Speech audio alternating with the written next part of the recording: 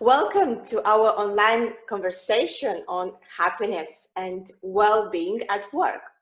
Today, we're going to share with you some ideas and some practices on how to become happier as an individual, but as well what leaders and organizations can do in order to have that positive impact on well-being of their employees. And today with us, we have amazing three speakers that are going to share with us their insights on this topic. And I'm very thrilled and excited to lead this conversation with you guys.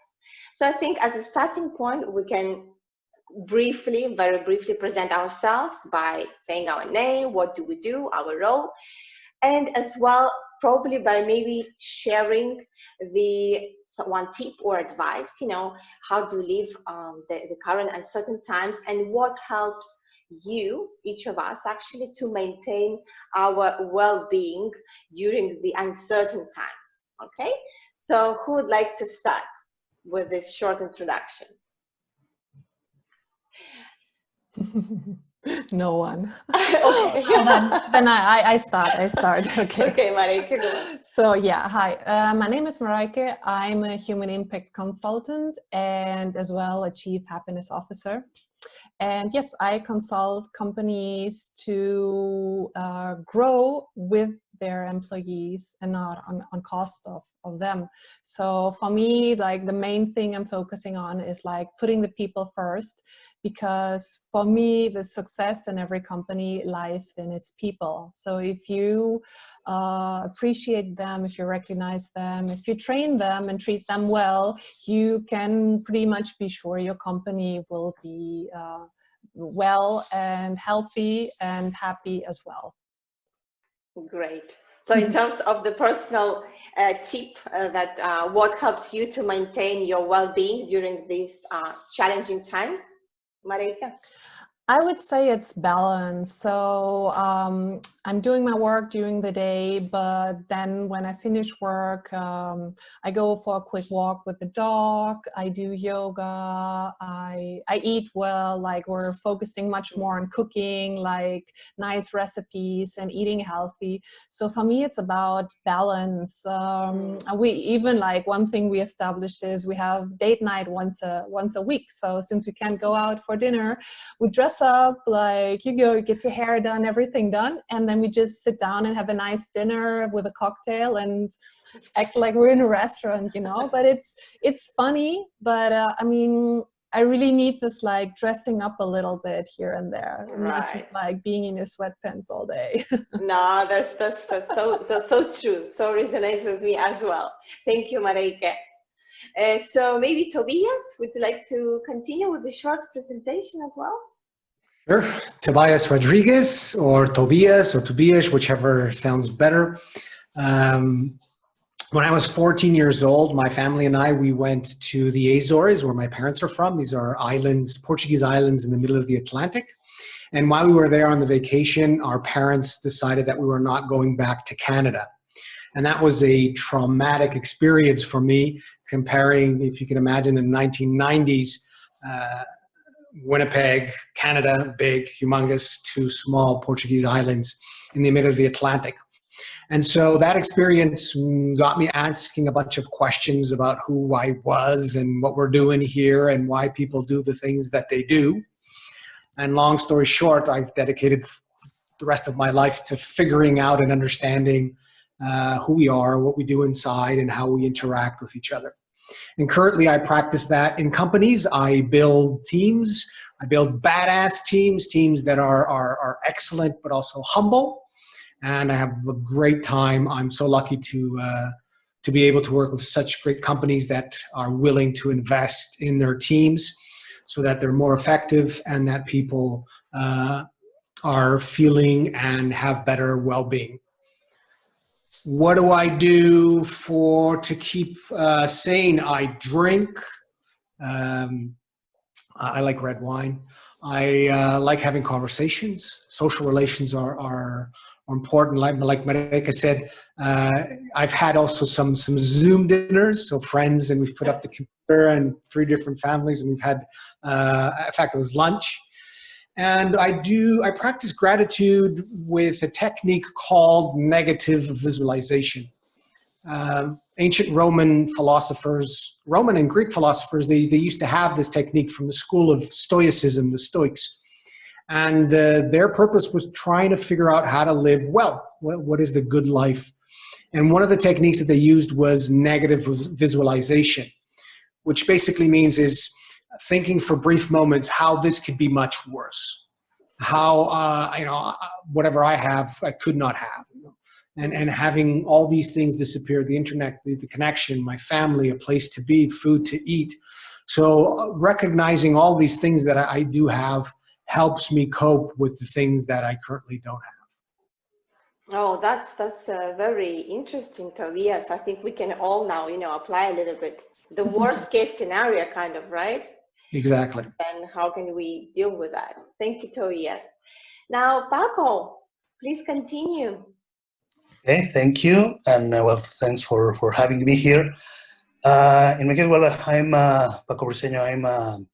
I like to say that I'm a change and transformation consultant. I work with people and organizations, helping them or supporting their transformation efforts. In some cases, generating the change.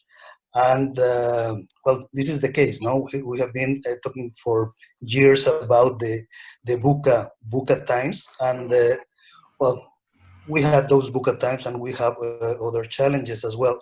But this is very visible, no? And I think it's a great example. So, dealing with change these days, for me, it's a great opportunity. As a matter of fact, for a lot of my initiatives and my communities, and I'm trying to use that opportunity professionally.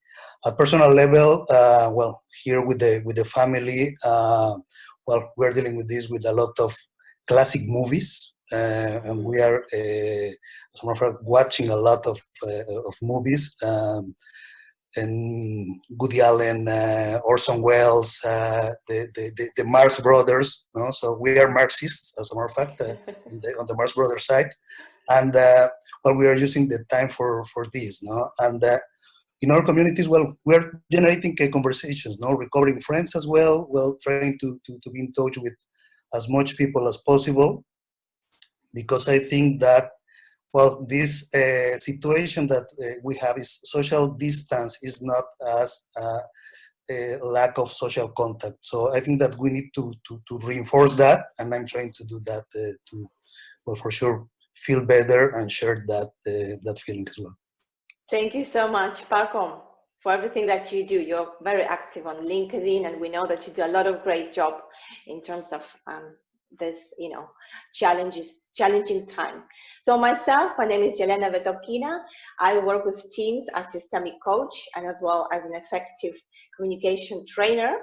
And as mentioned, I'm very excited to lead this conversation with you guys on happiness and well-being at work.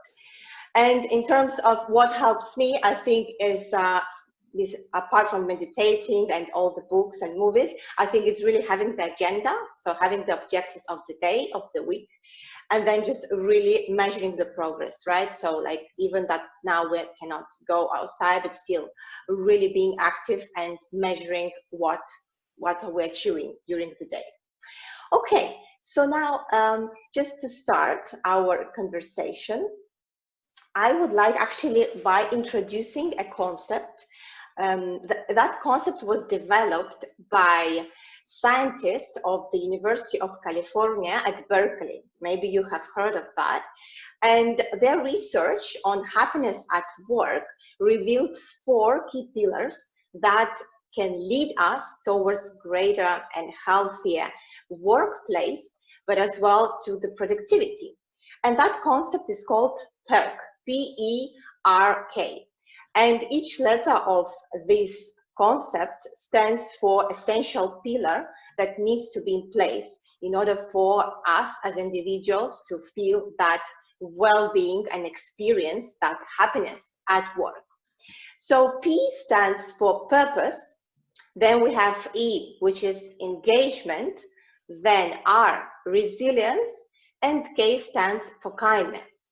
So I really like that concept because I think it's very practical, and I think it's possible for us to measure where we are in terms of that happiness and well-being at work. And I would like to really start uncovering those pillars together with you, okay? So let's start with, again, this concept PERC and P for purpose. And my first question is to you, Paco. So what is purpose at work, and how can we find it? Well, for me, well, as a matter of fact, I won't tell my definition, but one that I think that is great for Morten Hansen. He wrote a book that is called Great at Work. And he mentioned that, well, the sense of purpose is when you make and feel that you are making valuable contributions to others, no, individuals or organizations, or the society. No, you have a collective or an individual where you want to impact, no, and you find that meaningful and that you are not harming anyone. And I think that's important well, to notice that, well, we're individuals, but we are part of several collectives, and that purpose it's important that is reflected in every layer or in every collectivity. No? You have your own purpose. You also are participating in other groups. Work is one, and for sure, if you are working in an organization, well, your purpose needs to be in some point aligned with that other purpose, or even partially, but there needs to be a link. And for this, well, how to do that? Well, the purpose is not something magical or that is coming from a muse, no? But you need to work on that and you need to define that. And the first step basically is knowing yourself, knowing your values, no? And working, well, I love a concept, a Japanese concept that is called the Ikigai, that is a concept that means a reason for being, no? And it includes 4 dimensions that are used to define that purpose, no? What you love, what you are good at, what you are paid for, and what you want to impact.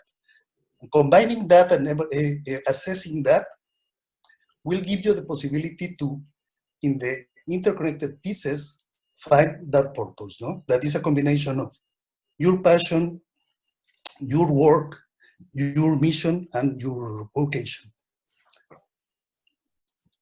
Perfect, Paco. I think it's a very good concept, that, again, very practical.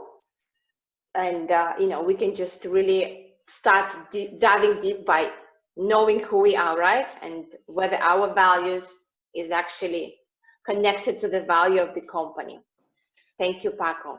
Okay, so then the next one is actually, according to this concept PERC, is engagement, E, right? So we know a lot that now there's been so many literature and people are speaking about that, leaders, organizations, they're all keen on that engagement.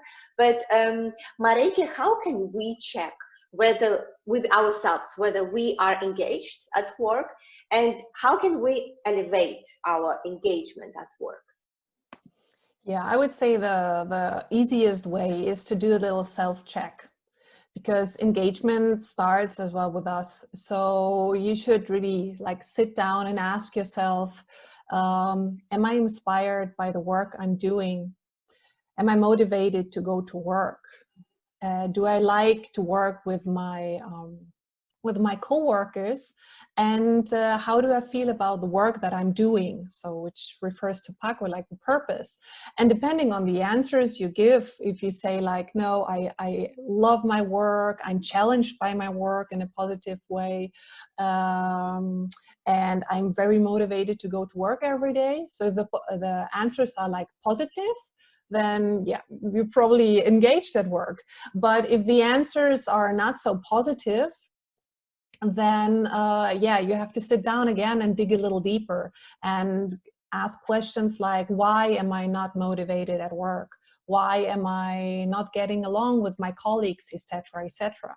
So it's really like this knowing yourself and knowing why you act in a certain way or not, and then act on it and see like, okay, maybe I can talk to my boss and see if if there would be a promotion for me, so I get more challenging tasks, so I can transfer to a different department. Or maybe even that you have to say like, you know what, this job's just not really working for me, and you look for something else. So yeah, when we come to like the second part of the question, how can we be more engaged at work? It will be that you need to find a work that gives you purpose, that's meaningful, and as well an employer that gives you the chance to grow like in a personal way and in a professional way, and to elaborate a way to do all these things together. So yeah, in the end, you have to be very honest with yourself and then act on the answers you give yourself. Right. Yeah, so it's basically taking responsibility, because we know that there are so many things that the company can do, right? But as well, it comes to our responsibility to feel that engagement and to do that self-check, whether that is actually for us, no? And whether we are working at our strengths. Okay, thanks, Marike. Okay, so then let's continue with resilience. Again, our third pillar of that topic that I introduced in the beginning. So resilience, and Tobias, what does it mean, first of all, to be resilient at work, and how can we elevate our resilience at work during these challenging times? Well, a simple way or a good example is there's a team that I've been accompanying for 4 years now. It's a team from King, those that create the Candy Crush games, and I've been working with this team 4 times a year for the past 4 years. And currently on this team, there's probably 2 people that were on the original team, and they're about in between 10 and 13. And it's not the first time that they're rotating.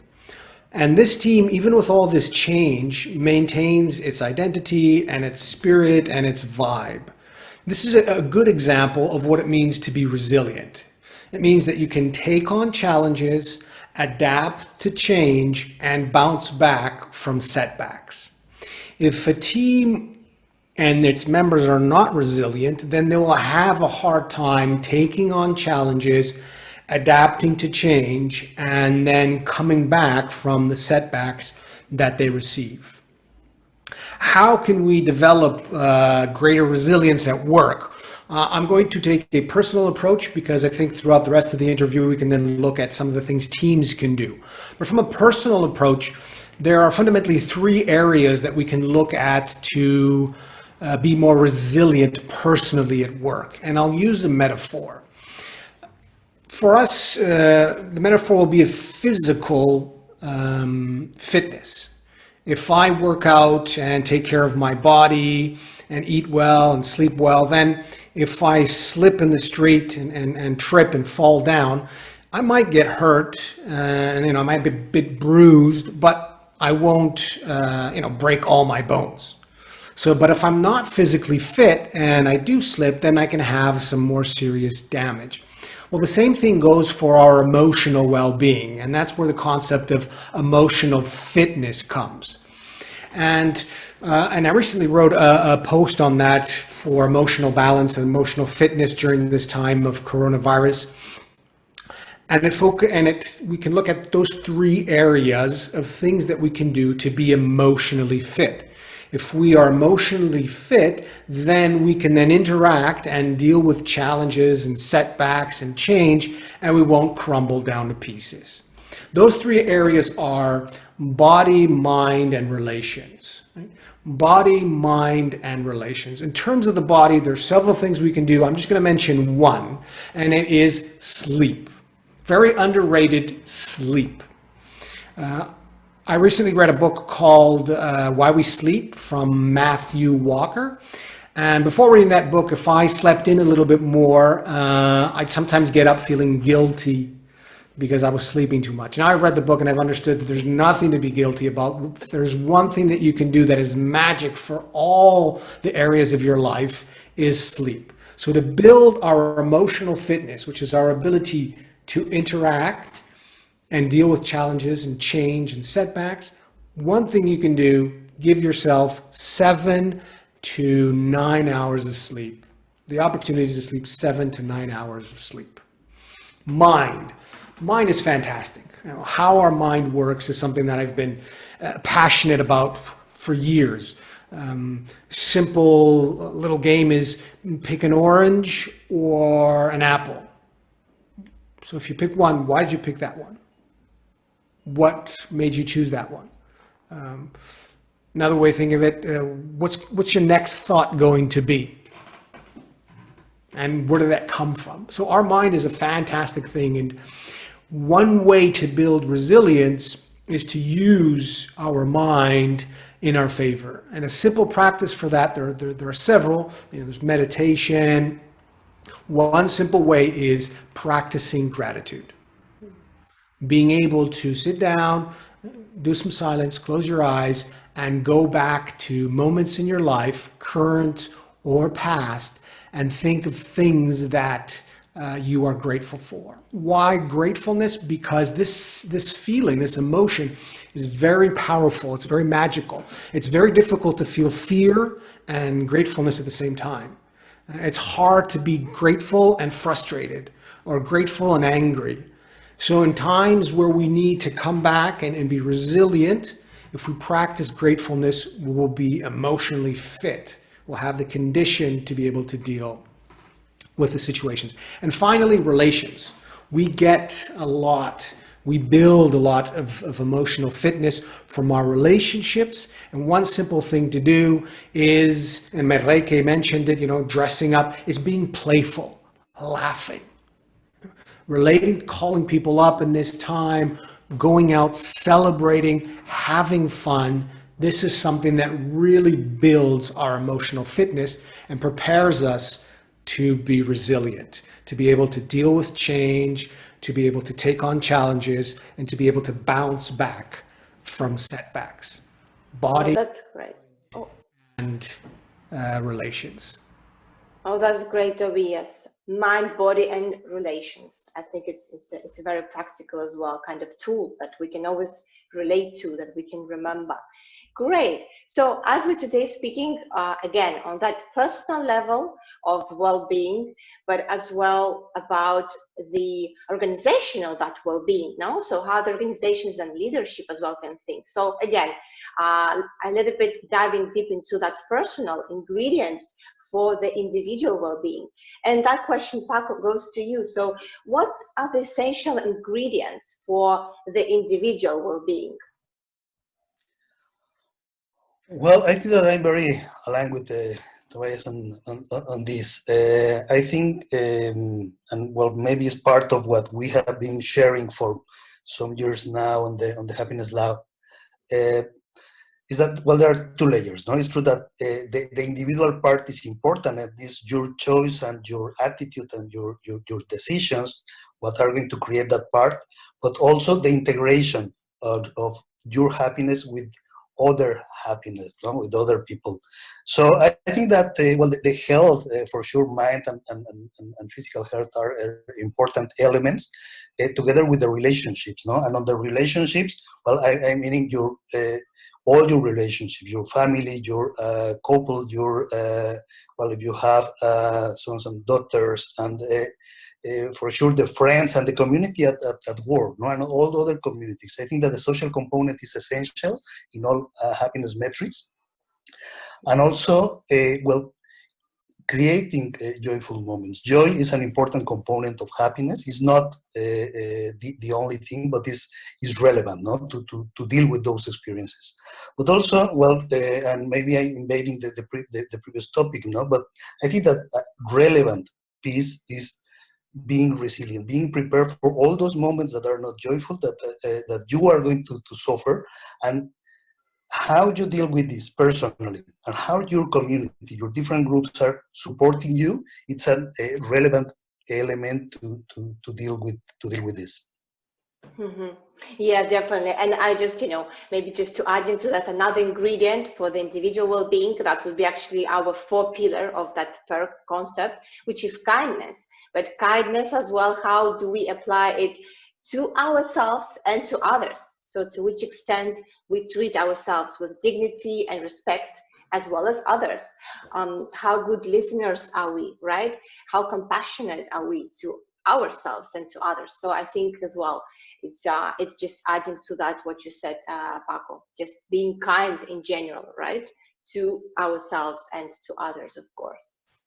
All right, great. So now switching a little bit to that, well, healthy companies and healthy company cultures, right, in terms of the organizations and leadership. So Mareke, what are the factors of healthy company or company culture, and how can we measure organizational well-being? Mm-hmm. Well, first of all, the thing is, nowadays everyone's talking about like implementing and having a company culture. So, but the thing is, like, every company has a company culture, if you want it or not. The thing is, like, how much focus do you put on it and how healthy is it? So, of course, the goal here is to have a healthy company culture. And there are like several factors we can, or we should focus on to create a healthy company culture. So one, of course, is having the value, the mission, and the vision of the company not only defined and implemented, but practiced. It's super important to really live the company culture.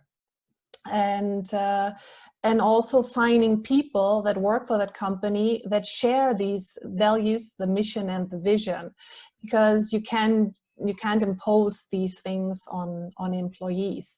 So this is one important factor, that the value, the mission and the vision are like practiced, and they're practiced by people that share all these goals and all these visions.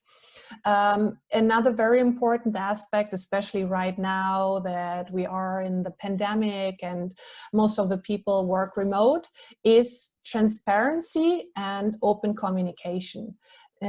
Since we're not physically together, it's very, very important to really talk and communicate on a daily basis, and not only you with your coworkers, but as well like the CEO or the owner of the company is communicating, is an active part of the communication, and shows with all transparency what's going on, so that there is no space for like doubts or fears about the future of the company, and people can trust and feel like they belong because they are part of the conversation, like literally. Which brings me to the next point, that is leadership. It's very important to have a great leader who gives a sense of direction, who inspires the people, and who is there, who is like has the open door policy, which means it's a person of trust, it's a person that's not judgmental, and who's there to listen, because this is also a very, very important factor, listening. We should talk a lot, we should communicate a lot, but we should listen even more, because this is how we learn. This is how we learn to improve and how to make things better and healthier. So yeah, I would say basically there are millions of things, but the overall topics, I think, should be these. Okay, great. Thank you so much. And what a great as well, again, to including leadership here, right? So how important is that, like, to help building that company culture, that from top and throughout all the layers that we are talking about, the culture, right? Great. So coming back a little bit as well to this resilience, right? And I guess it's important to know, how do we deal with conflicts? Because those are absolutely inevitable in any relationships, and especially sometimes at work. So Tobias, what would you say, what is the best way to deal with conflicts at work? And maybe you can give us some practical tips. Well, you can always shoot your boss, and then they'll get another one. that fixes things up. But if you don't want to go down that road, there's a sentence that that has been attributed to Einstein. I don't know if it's true or not, but that goes something like, to do the same things in the same way and expect different results is the definition of madness. And sometimes what I notice that happens both in personal life and also at work is we go about dealing with conflicts in the same way. And we do the same things. And then we even get angry and frustrated because it's not working. So the first thing that we can start with is realizing we got to do something different. We got to do, and sometimes we want to do the counterintuitive thing. Sometimes we want to do the opposite of what we're doing. Right? And so here are a couple of practical tips that we can do. Number one, when it comes to talking in a conflict, we want to talk Twitter style, not Facebook style, right? In Facebook, you can write a lot, you can put a whole bunch of information in, but in Twitter, it's got to be short and very simple and to the point. You don't have too many characters. You don't have too many words. Now, why is this important in conflicts? When we're in a conflict, the tension is high, our emotional brain is in overdrive, and if we unload a lot of information, very logical, very reasoned, to the other person, chances are they're not going to get it. And if they don't get it, then you're lost. The second reason why this is important is for yourself. We're also under certain pressure when we're in a conflict. And if we start talking too much, then our chances go up that we're going to say something stupid or wrong or in the wrong way. So tip number one, Twitter style, keep it very short and simple. Easier for the other person and you won't mess it up. Tip number two has to do with listening. In conflicts, we really tend not to listen. We're actually doing it just waiting for our turn to talk. Right? We listen to what the other person says and figure out what that means for us and then respond. So what we're actually doing is not listening to the person, we're listening to ourselves. They talk and we figure out what that means for us. We're listening to us. Second tip is flipping that the other way around. And the easy way to do it is to ask ourselves, what does this mean for the other person? What do their words mean for them? I know what it means for me, and that's listening to me and what I think and what I believe. But let's pause there a bit and think, what does this mean for that person? Then we get into listening, and there's a whole world to be discovered, a whole world of chances and opportunities and alternatives of things that we can do differently. That's number two. Number one, Twitter style. Number two, listening. What does this mean for the other person? Number three, I don't know if this is a saying you're familiar with. I grew up in Canada, and one of the sayings that we had that used to be at school was monkey see, monkey do, right? So the imitation game. We human beings tend to mirror each other, to copy what we do. If you walk into a shopping mall and you start smiling at everyone, chances are you're going to get a couple of smiles back, right? So tip number three has to do with our nonverbal communication, with our body, our gestures, our facial expressions. And this has a great power that sometimes we don't estimate. Our body is saying something and our words are saying something else. And then that creates noise and distortion, and then our message doesn't get across. We want to make sure that our nonverbal communication is one that, very simply put, is of a friend, of someone that comes with good intentions. And in my course, the 12 Steps to be a Badass Team Player, we go into details of how we can do that. Put simply, you want to be open, lean in. We want to have some eye contact. You want to use a smile. If you got a frowny face, if you got a dramatic look, you're going to create drama. Right? So tip number three, using your nonverbal communication to establish a vibe that is proactive, positive, that we can figure this out. And our body talks a lot. And when the brain has to measure, sometimes it goes more to what the body is saying and less to what the words are saying. Then, so now you've got, you're talking very simply, you're actually listening to the other person, nonverbal communication. The other thing you want to do is, and this one is one of my favorites, it's called measure twice, cut once. What does that mean? It's double guess yourself. ask yourself, how can I be wrong? Because I never have seen anyone in a conflict going, yeah, I'm wrong. They think you're right. And because you think you're right, the other person's right. No. So ask yourself, how could you be wrong? Double guess your assumptions. Make sure you really understand what the other person is saying or what you've gathered about the situation. Measure twice, cut once. And then once you've double guessed yourself, then venture your opinion and your way of seeing it. There's an awesome phrase from Stephen Covey, who wrote the book, The 7 Habits of Highly Effective People. And it goes something like, the problem is not the problem. The way you see the problem is the problem. And normally we see conflicts in the wrong light. An example, let's take poo-poo, caca. Right? If it's in the middle of the street, well, that's terrible. But if we change the framing, the way we look at it, if we grab that caca and that poo-poo and we put it in a field, not only does it have a different flair to it, now it's got meaning and it serves a purpose. And with conflicts, what we want to do is change the frame that we look at conflicts. They're not something bad. We learn a lot from conflicts. Conflicts can be very productive. Without conflict, without friction, there's no movement. Changing our mindset around the conflict will also change the way we feel, the energy that we go, the words that we say, and the ability that we have to listen. If we try that, we're going to learn some things. We might not fix everything, but we'll definitely learn a few things. That's great. And I just remember that non-violence as well, right? Communication.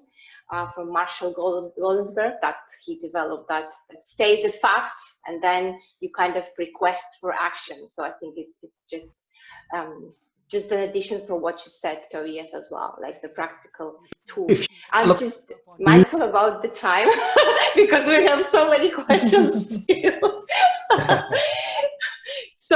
Sorry, you wanted to say something? Okay, we still have some time. So again, well-being at work, right?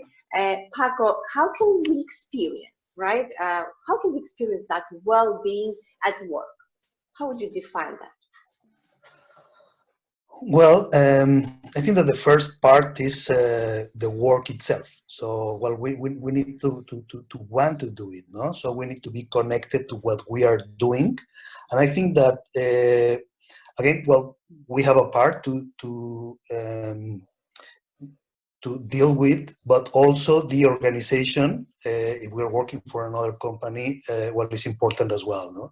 And other stakeholders, well, we need to listen to everybody, you know, the customers, our partners, providers, etc. No? And we need a balance and we need alignment, and that is important, no? There are some measures, as a matter of fact, that the organizations need to do, starting with the hiring process and then the onboarding, and to equip people with the tools and skills, no, and create programs for them to execute the work in the right way.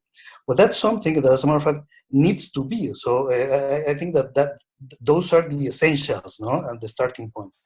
And then, based on that, we can do more, no, as organizations and also as individuals. For sure, the constant communication, no, with our management is important. Also, how leaders really receive that information. No? I think really that we have a great opportunity now with the COVID-19 to change or to review our leadership models, but I think that we need to move to a better model, no, more integrative. For sure, there are people that are advanced on that, but there are still a lot of organizations that are very traditional. And now, well, we need to listen more. We need to include people and giving them the possibility to participate in the assignments of the goals, the tasks, even the job definition. No, there's a concept that is job crafting, and we need the people to be reflected on that, no? To ensure that they feel that they are integrated, that they are listened, that they are growing, that they have the possibility to deliver value that is also aligned with what Marika just mentioned, no? The mission, the vision, the values. Everything needs to work together. and it's an important community. As a matter of fact, it's one of the places where we spend, or well, now we are at home, no, but at work is maybe the daily task where we are spending most time on a daily basis. And it's important that we feel that we are really adding value on that we are challenged, that we are growing, that starting with the current objectives, but that we have the possibility to grow more, no? And then from the basic practices, there are other things that particularly great organizations are doing, that is working on other programs, no? Creating clubs for the employees, that they are giving them mindfulness training, at all levels, managers and regular staff. That they have yoga classes, that they have other element. Meditation is something that the organizations, as part of the mindfulness, is great, because this is giving the possibility to review yourself and then give more, no? And in the metrics for organizations that are working on the happiness and providing elements to for the employees to be happier, well, it's tested that the results for the company are going to be better. For sure, the engagement and the retention of the employees are going to be much better. So there are a lot of things to do, but I think that communication is basic, and creating that space for communication and providing the social elements inside to have that, there are critical steps that can be implemented in really, really easy and fast ways. Great, Paco. So again, kind of that balance, right? That the company can provide a lot of those activities, but if I never attend, again, how do I experience that well-being, right? So it's like a balance between the personal decisions and then as well organizations, how do they facilitate those courses, right? Or those well-being championships and so on and so forth. Okay, great. Thank you, Paco. So then coming to the leaders, right? Because I think as well, the role of the leadership is very important. And Marika, you previously mentioned, right, that it's so important to include the leaders and CEOs, that they speak actually about this well-being at work. So they are involved. So what are some best practices for leaders, in order to create or to somehow facilitate engaged and motivated teams? Mm-hmm. Well, there are many ways. One that I like, and it's also easy to remember, is create an environment of magic. So magic will be M for meaning, A for autonomy, G for growth, I for impact, and C for connection. So if you take care of these 5 things, I think you're on a good way, which meaning is that you create purposeful work, and that the work that people do has a sense of importance. So the meaningful work everyone's talking about right now.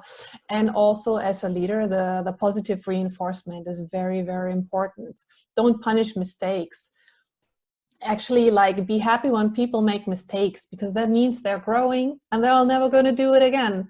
But if people are afraid of punishment, then they'll hide their mistakes, or they will not explore, they will not be creative. And yes, I mean, in order to grow, you need to do mistakes, failures, and you need to grow. So this is a meaning. Autonomy is a very big topic, I think, because what happens a lot is that many employees don't have control, they don't have autonomy. So there are leaders that micromanage, and the people feel treated like children. They can't decide anything, they don't have responsibilities, and they are just doing as told. So if you are a leader and you want to lead by example and through inspiration, I think giving your staff autonomy and control over their work is very, very important, because it as well shows that you're trusting them, which is also a very important part. The next thing is growth. So growth is personal and professional growth. So it's very important that once you join a company, that the job you have, the position you have, is not that's not it. So you need a chance to grow, which means in-house promotions, that you get a career plan, that you can focus on growing on personal matters, like maybe learning French or whatever, or leading through emotional intelligence, whatever it is, but that you're constantly challenged and you constantly feel you're growing, and every day you're learning something new, because that's also a very important factor of being engaged. When you feel like something's happening at work, you know, it's not just like the same dull thing over and over again. The next thing is the impact, the I. And that's what I already said, like leading through inspiration and by example, because many companies, they lead through fear and punishment. So you just do it exactly the other way around, and you inspire people to explore, to be creative, to have like personal initiative, and to contribute to the company and to the growth and to its company's success. And the last thing is C, it's connection. A great leader connects to the people. He or she listens, he or she is interested in getting to know the people, and is constantly improving the relationships, because the social bonds are very, very important, especially when it comes to happiness at work. When you feel like you can talk to your leader, and he's actually valuing your opinions and considers your opinions, it's a very, very important thing, because I think a leader should not be someone who is above everyone else. He should be with the teams or the team and should be one of them, instead of like imposing. So yes, that's so good. It's really easy to remember, right? Magic. It's true. Like, what do we need to create those magic teams? Great. Exactly. Great, thank you, Marike. So, Tobias, I saw that you have a team, continuing with our team effectiveness, right? So I saw on your website that you have developed the team effectiveness diagnostic. Can you explain us a little bit about that briefly? Because time is. One day I was sitting on my sofa, and all of a sudden a light came from the ceiling, and it was given. And the team diagnostic was born from practice. So I started in 2011, going into companies, working with the teams. And then naturally you ask questions, trying to assess at what stage they are, what troubles are they going through, what areas they can further develop, what do they have already boxed down. And so after these 8-9 years, I created this team diagnostic. And what it does is it allows us to assess at what stage the team is at, what areas they have accomplished, and what they can do next. What is the logic behind this? Project Aristotle was a project run by Google, and Google the intent with this project was to figure out what makes teams more effective, or what are the elements that make teams effective.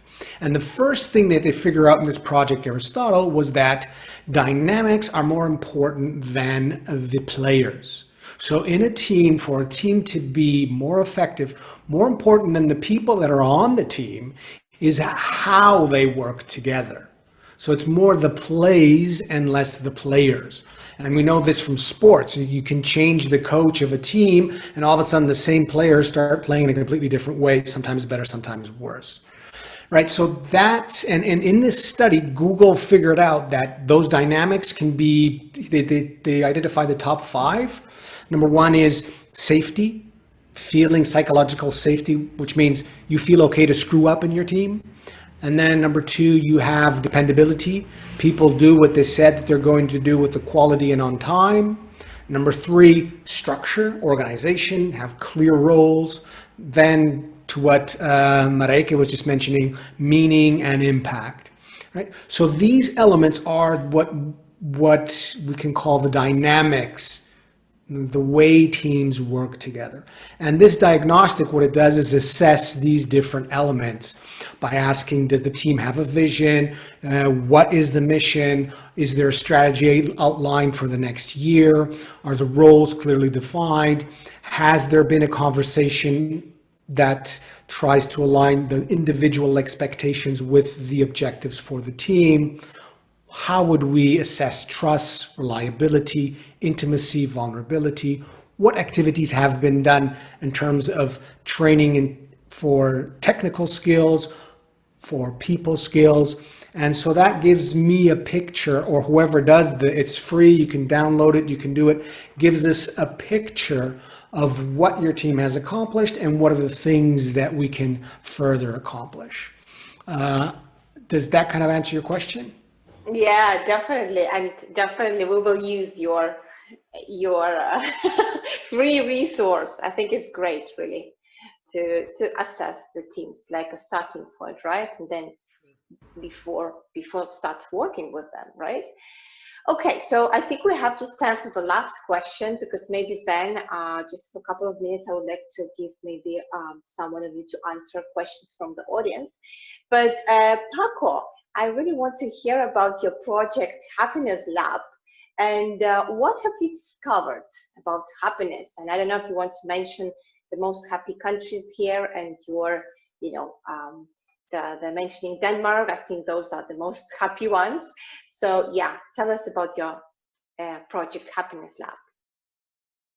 Well, Happiness Lab is a community and a group of happiness practitioners, happiness thinkers, and happiness doers.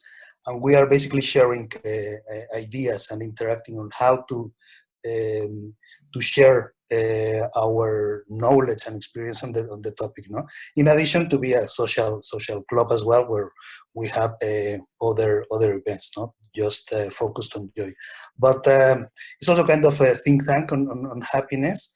And what we are learning that is a multicultural team is created in a social network in international that is very multicultural. A lot of countries are represented there, and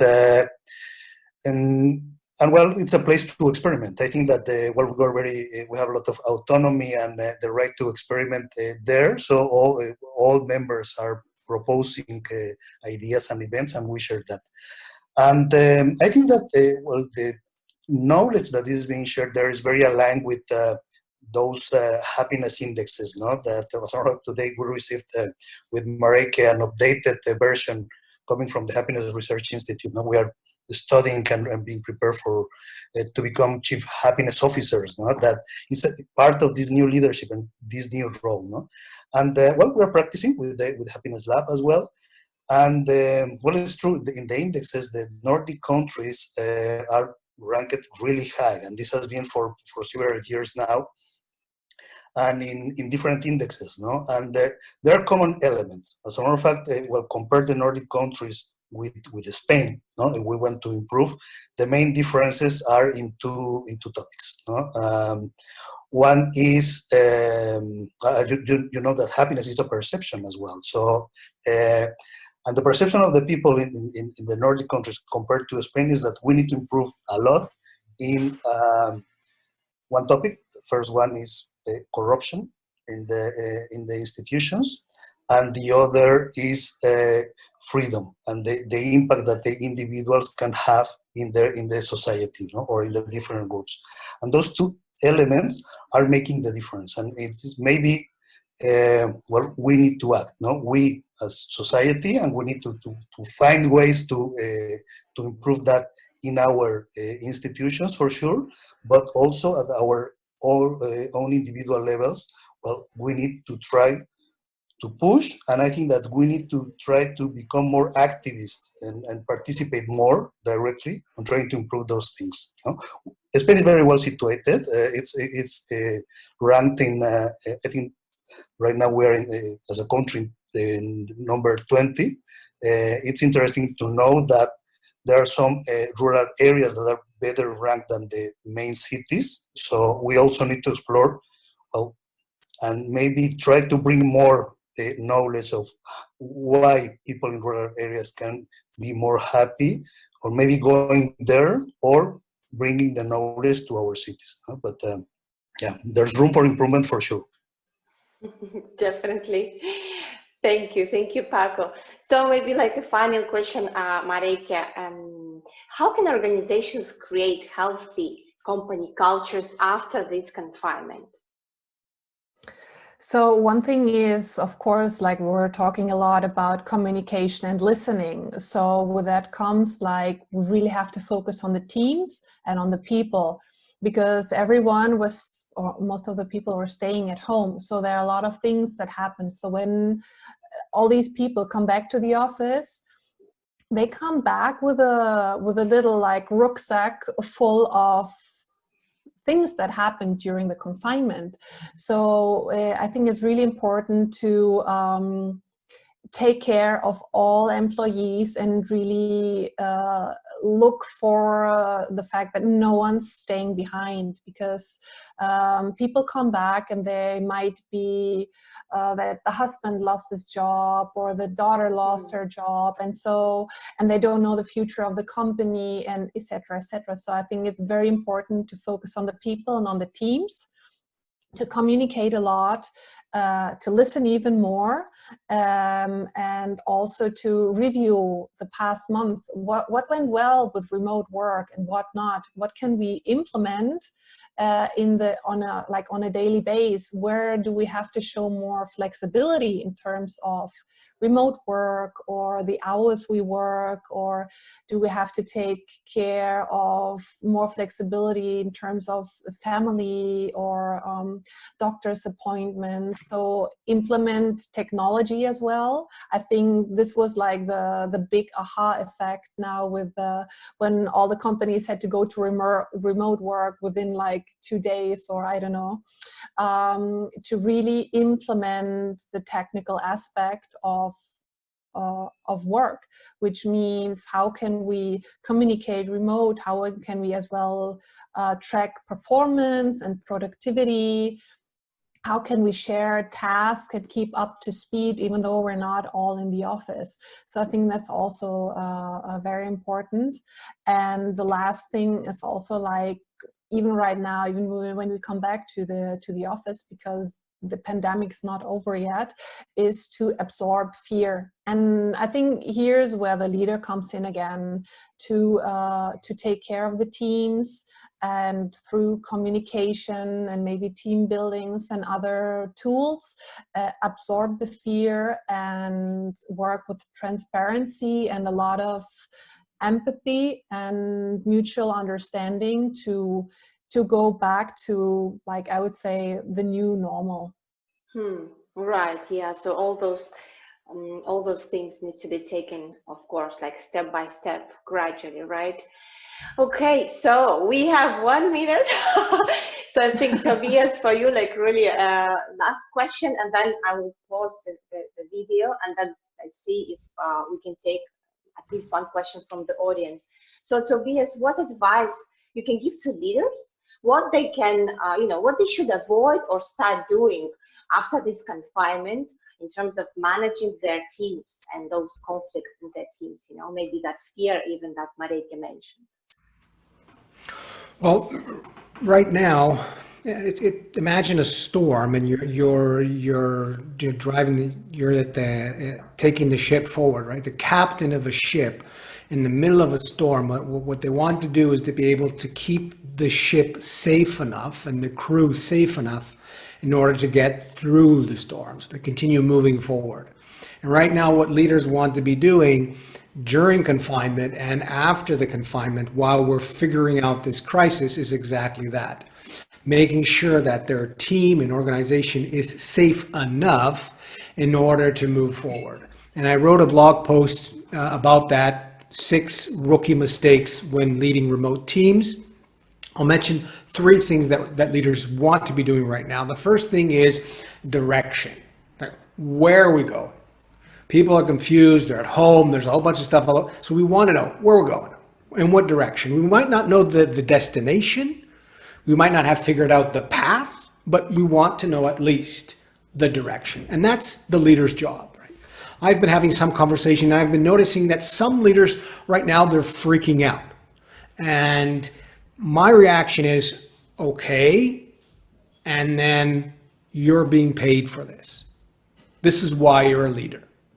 Where are we going? Right? Where are we going? Why are we going there? And then why the work of the team is important. So that would be number one. Where we're going, why we're going there, and how your work matters to get us there. That goes into meaning, relevance, impact.